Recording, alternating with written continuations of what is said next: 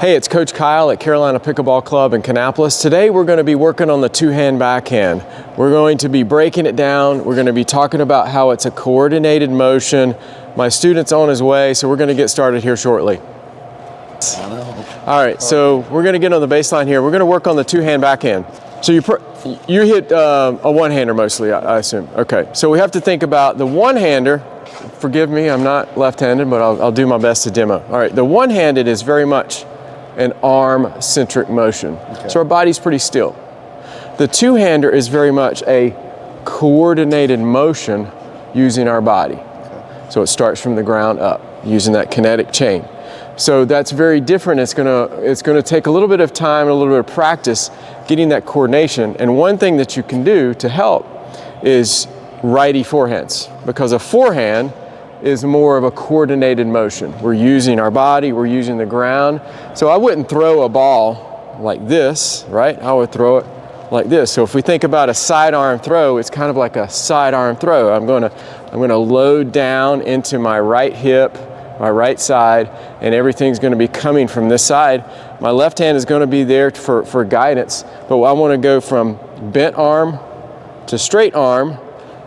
That's my upper body motions, but I want to uncoil my body. So if you want to think of it as like a footwork pattern as well, so we're going to go right load, left, swing, pivot. So that's the coordination chain. Now there's going to be times where you don't have time. Right. You're going to get over here and you're just going to have to make that motion and make it more of an upper body movement. But if you have time, what I like to see just to create that firing of the kinetic chain is right load, left, swing. Right, load, swing, left.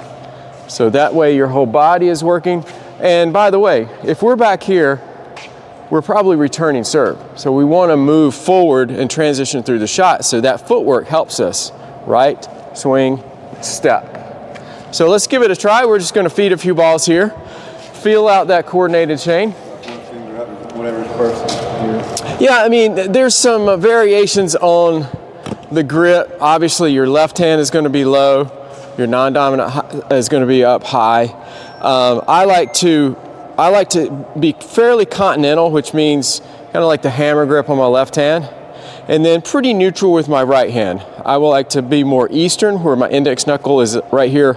If that's 12 o'clock, 6 o'clock down here, I'm going to be around 3 o'clock with this index knuckle. Some people like to put their finger up here. Not a big fan of that. I feel like it hinders my wrist movement, but either one is fine. Just whatever's comfortable for you. At the end of the day, what we're trying to do is we're trying to get this paddle face going down the target runway as long as possible. So we don't want the tip outrunning the handle. We want to make sure this handle wins the race, stays in front. You keep that paddle face down that target line as long as possible, and don't start using your wrists to start sending the paddle tip faster than the handle. I want the entire paddle going about the same speed through contact, meaning the handle part and the tip part going about the same speed. All right, just gonna hand toss a few of these, see how it feels. Nice.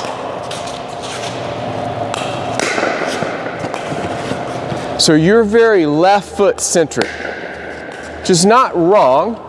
What I would rather you do is align your right foot, because you're lefty, so that makes sense. This side of your body has been trained to be very centric with your strokes, okay. But we're hitting on the right side of our body.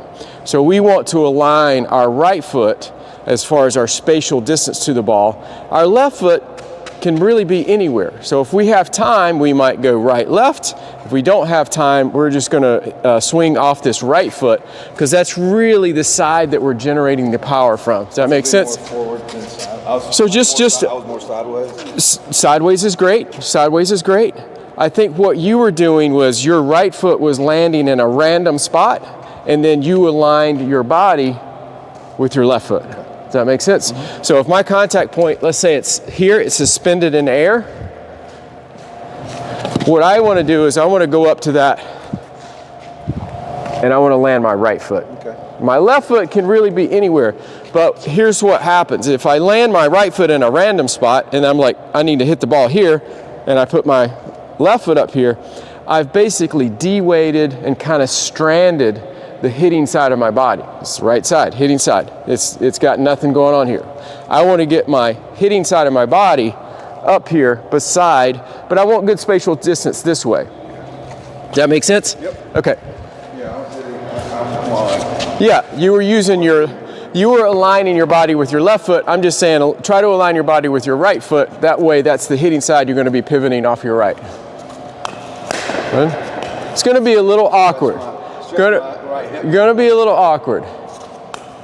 Yeah. And feel like it's more coordinated from the ground. Like right now, you're getting the right foot correct, but then there's nothing going on down here. So think about it as right, swing, left. Just a little coordinated motion. That's all right, that's all right. Right, swing, step. That's much more coordinated. Right, swing, step.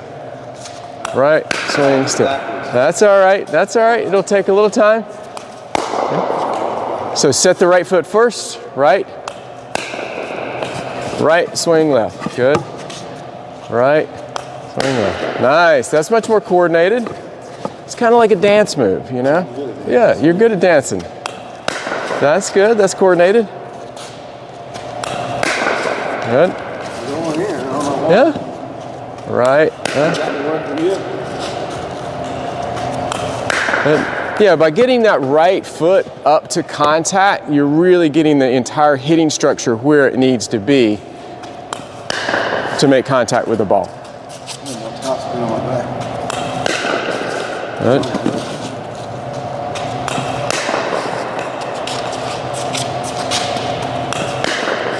Perfect. You're doing great. So that's the basics of getting you started. Now from here, what we would do, I would move on to the other side of the net and I would start paddle feeding these balls. That way you're working on your receiving skills as well as your coordinated motion at the same time. Once we get comfortable with that, we're going to start putting targets down. Now we're going to start working on the down the line versus the cross court target, short versus deep. The main thing about changing your target line is more about your contact point. So if you're going to go down the line, your contact point is going to be a little bit more to your side. If you're going to go cross court, going to be a little bit more in front. But that was great. Yeah. Awesome. Every one of them. Good 5-minute lesson.